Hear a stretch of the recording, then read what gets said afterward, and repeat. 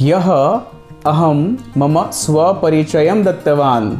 किं भवान् भवतः स्वपरिचयम् अलिखत्? अद्य रविवासरः, अद्य अवकाशः अस्ति। किं किं कर्तव्यम्? अद्य किञ्चित् विलम्बेन उत्तिष्ठतु अथवा शीघ्रतरम् उत्तिष्ठताम्। तदनन्तरं किं कर्तव्यम्? एकेन बृहत् चषकेन चायं पिबतु। चायं पिबन् शान्तिपूर्वकं वृत्तपत्रं पठतु।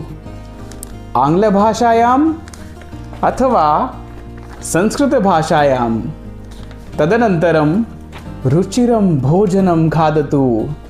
तदनन्तरं परिवारेण सह भ्रमणं करोतु। भवान् किं करिष्यति रविवासरे? कमेण्ट् मध्ये स्थापयतु।